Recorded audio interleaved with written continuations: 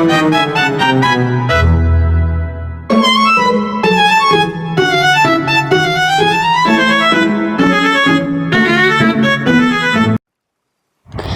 saya akan menjelaskan tentang analisis perilaku organisasi Himpunan Pengusaha Muda Indonesia yang biasanya dikenal dengan HIPMI PT Surabaya. Jadi HIPMI sendiri merupakan Himpunan Pengusaha Muda Indonesia yang dibentuk sejak 10 Juni 1972. Pembentukan ini bertujuan untuk sebagai wadah yang dapat menampung aspirasi pengusaha muda Indonesia serta sebagai wadah untuk berkembangnya pengusaha-pengusaha muda untuk demi kemajuan yang mandiri. Lalu terdapat karakteristik keanggotaan. Jadi yang pertama itu terdapat karakteristik keanggotaan yang biasanya dimulai dari umur 17 sampai dengan umur 40 tahun. Lalu untuk status keanggotaan yang lebih dari 40 tahun tersebut biasanya dinamakan dengan keanggotaan yang luar biasa. Lalu poin yang ketiga yaitu memiliki etika yang berbasis pada kinerja etik dan profesionalitas. Lalu poin yang keempat, wajib melaksanakan dan mematuhi anggaran dasar rumah tangga atau ADART. Yang poin kelima yaitu menitikberatkan pada pengembangan jiwa wirausaha terhadap kalangan muda.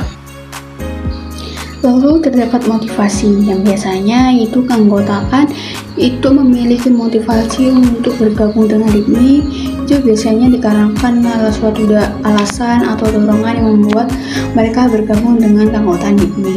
Yang pertama terdapat motivasi intrinsik yaitu biasanya terdapat individu atau anggota yang berkeinginan untuk berkembang secara personal. Lalu yang kedua terdapatnya kepuasan tersendiri saat bisa ikut atau mengembangkan ide dengan pengusaha lain. Lalu poin yang ketiga yaitu untuk membuktikan bahwa kemampuan diri bukan sekedar hanya untuk keuntungan materi saja. Lalu poin yang keempat itu biasanya menyukai proses pengembangan bisnis dan ingin terus belajar. Lalu terdapat motivasi ekstrinsik yang biasanya para keanggotaan itu ingin membangun networking strategi dengan pengusaha, investor, atau mungkin pejabat. Lalu untuk mendapatkan akses bantuan dana seperti kemudahan saat perizinan dan atau mungkin kayak subsidi saat pelantikan atau investasi dari pengusaha lain gitu. Lalu yang ketiga biasanya keanggotaan itu ingin kayak mendapatkan atau jalannya masuk ke dalam dunia politik, pemerintahan atau jabatan strategis. Lalu untuk pola komunikasi tersendiri terdapat 3 macam. Yang pertama adalah vertikal, horizontal, dan diagonal. Jadi yang pertama vertikal. Vertikal tersebut terdapat 2 jenis pola. Yang pertama top down atau biasanya dari atasan ke anggota. Lalu yang kedua bottom up, itu biasanya dari anggota yang mengusulkan sesuatu kepada atasan. Lalu komunikasi pola yang kedua yaitu horizontal, yaitu biasanya komunikasi yang terjadi antar anggota atau antar bidang biasanya. Lalu diagonal yaitu komunikasi yang biasanya terjadi antara anggota yang berada di cabang dengan anggota yang berada di pusat gitu. Lalu terdapat struktur organisasi HIPMI. Yang pertama, keorganisasian HIPMI tersebut diketuai oleh Bapak Dinias Huntato. Lalu terdapat oleh Wakil Ketua, Sekretaris Umum, Wakil Sekretaris Umum, Bendahara Umum, dan Wakil Bendahara Umum. Yang pertama terdapat tugas pokok dan fungsi dari keanggotaan struktur organisasi HIPMI. Yang pertama ketua. Ketua berperan aktif dalam menentukan arah dan tujuan dari organisasi, lalu menjalin kerjasama dengan pihak lain, meningkatkan kemampuan anggota, serta mengawasi jalannya serta program-program tiap bidang. Lalu terdapat Wakil Ketua yang berperan aktif dalam mendukung Ketua Umum, berkoordinasi dengan antar bidang, berperan aktif dalam merancang dan mengimplementasikan program-program, mengawasi dan memastikan bahwa sinergi antar bidang di HIPMI Surabaya. Lalu terdapat tupoksi dari sekretaris umum. Yang pertama yaitu tentunya mengelola administrasi organisasi, membantu ketua dalam administrasi dan mencatat setiap keputusan. Yang ketiga menyusun jadwal dan agenda kegiatan. Lalu yang keempat menyimpan dan menyusun arsip organisasi. Selalu terdapat tupoksi dari wakil sekretaris umum. Yang pertama tentunya membantu sekretaris umum, menangani surat menyurat, membuat notulensi rapat, serta menggantikan sekretaris umum saat berhalangan hadir, menjaga kelancaran komunikasi di internal, mendukung dokumentasi kegiatan.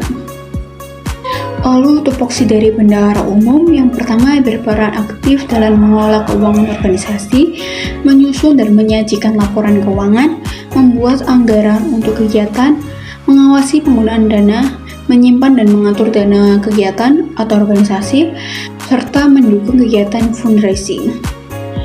Yang terakhir yaitu tupoksi dari wakil bendahara.